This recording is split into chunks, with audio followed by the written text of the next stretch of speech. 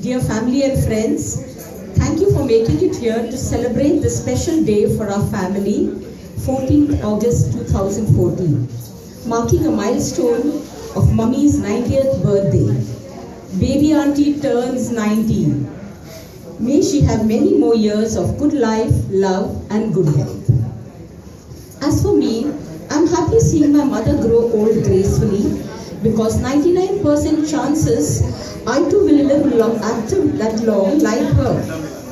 Because they say, look at the mother and you know what the daughter will look like when she grows old.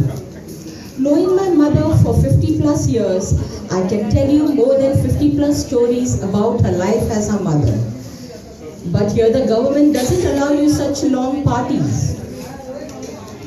So I'll share with you just one of my favorite memories growing up as one of her 4 children. This incident happened when we lived in Parel. I must have been in the 3rd standard, Frankie in the 2nd and Mario in the 1st standard. Fiona was still a baby then.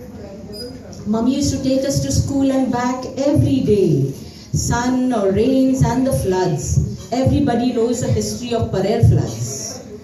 I'm sure it was no easy task for Mummy to carry 3 school bags and drag 3 brats all the way from Parel Naka to St. Paul's Church School.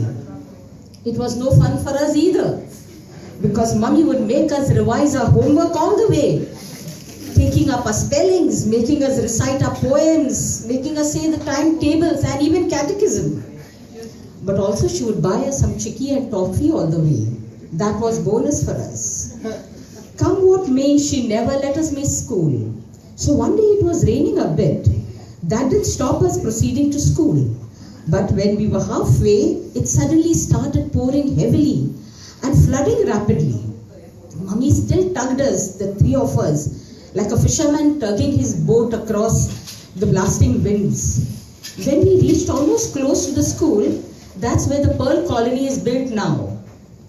All 4 of us fell down together suddenly in a ditch which was full of muddy water. We were stunned finding ourselves immersed in cold waters up to our necks. Perhaps the trench was dug to lay the main water pipes for the colony. The ditch must have been about 3 feet deep and 2 feet wide. That moment I thought we all fell in the gutter. Our raincoat hoods had slipped off, Mummy's umbrella opened the other way around. In that split second, I noticed Mummy swing her head to the right to see 2 shocked faces raised up just above the water level, Frankie's and mine. Zoop, her head went to the left, but there was no face here. The plumpy small brother had sunk below water level. Mario. Supermom swung into action, let go of her useless umbrella, bent down and picked up a dripping bundle, which was coughing and choking and bubbles coming out of his nose.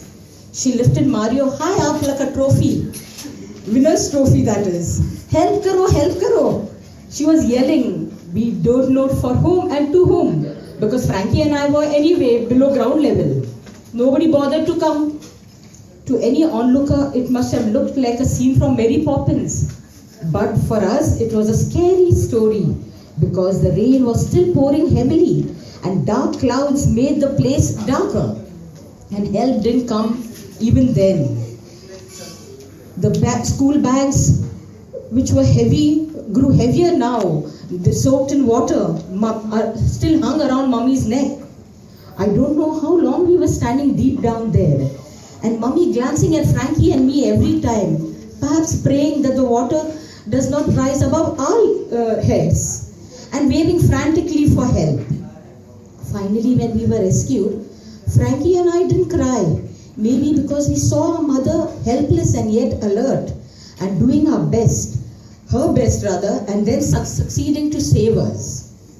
By the way, when we were helped out of the drain, Mummy's knees and elbows were bruised and bleeding.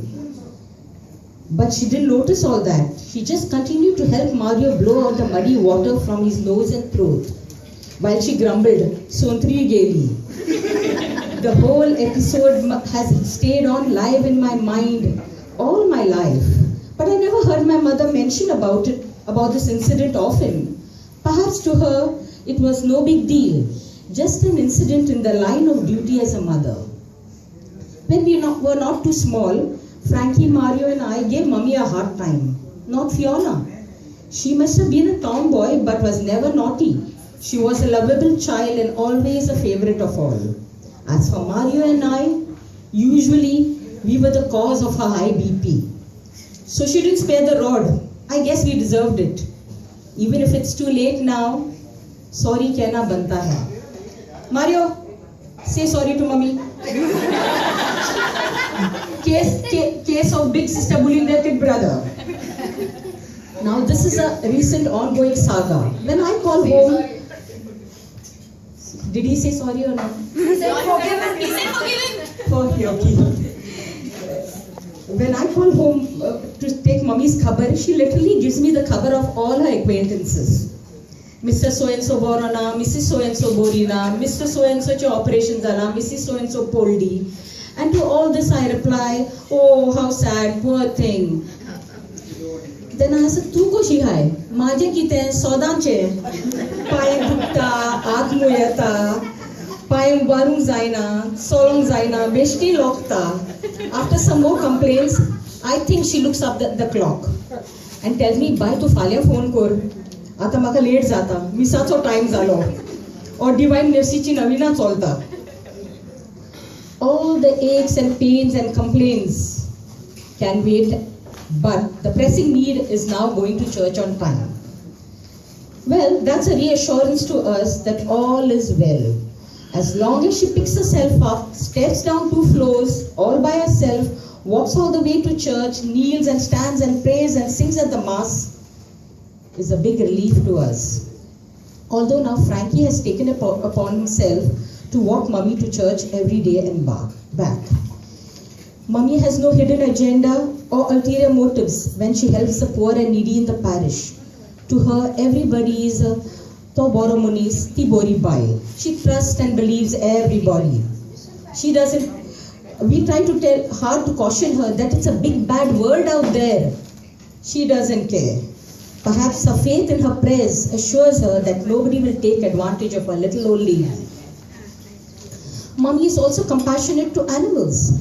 Many years ago, a St. Paul Street dog, Landia, excuse the terminology, but that was his name because he didn't have much of a tail. One day, Mummy rescued him from being mauled by a much bigger dog. In gratitude, Landia followed Mummy every day to church like Mary's little lamb. Taking the mother's role seriously, Mummy also potty trained Toto, who's our pet tortoise since more than 20 years now. He has been taught not to mess the house. Now he knows where to go when he has to go. Like most housewives in India, Mummy too has her favorite TV channel, Sony. She's CID fan. She will not allow the children to change the channel when CID time. It's true. Her nature and attitude has made her a popular figure in the parish vicinity. Papa used to say, Maming soglo lok wokota. Her grandchildren dot on her. They pile the fridge with all her favorite food like chicken lollipops and ice creams. You will notice these 2 items included in the menu today. The grandchildren handle her like a child with TLC, indulging in her tantrums. We tell her she's lucky that her children and grandchildren are all within reach. Mummy's nature is also to dress smartly, then going out in public. New clothes for every occasion, clothes ironed, accessories matching.